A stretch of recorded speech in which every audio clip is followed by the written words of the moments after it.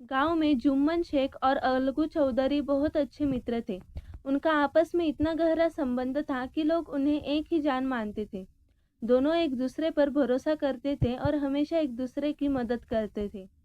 जुम्मन की एक बूढ़ी खाला थी जिसने अपनी सारी संपत्ति जुम्मन के नाम कर दी थी, इस शर्त पर कि जुम्मन उसे जीवन भर खाने और रहने का सहारा देगा।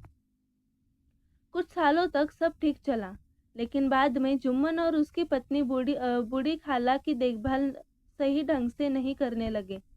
परेशान होकर खाला ने पंचायत बुलाने की मांग की। पंचायत में अलगू चौधरी को पंच बनाया गया। अलगू के सामने कठिनाई थी क्योंकि जुम्मन उसका करीबी मित्र था, लेकिन पंच के रूप में उसे न्याय करना था।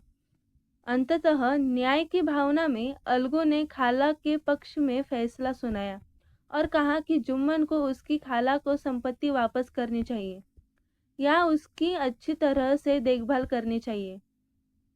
इस फैसले से जुम्मन और अलगू की दोस्ती टूट गई। कुछ समय बाद अलगू की बारी आई जब उसकी गाय को लेकर विवाद हुआ। अब जुम्मन को पंच बनाया गया।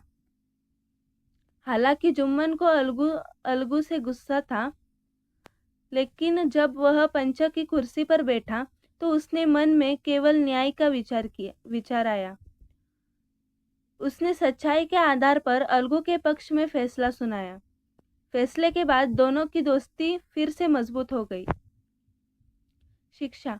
कहानी हमें यह सिखाती है कि पंच का काम न्याय करना है, चाहे वह फैसला अपने कितने भी करीबी व्यक्ति के खिलाफ ही क्यों ना हो। पंच परमेश्वर का अर्थ है कि पंच परमेश्वर का रूप होता है और उसे हमेशा निष्पक्ष रहना चाहिए।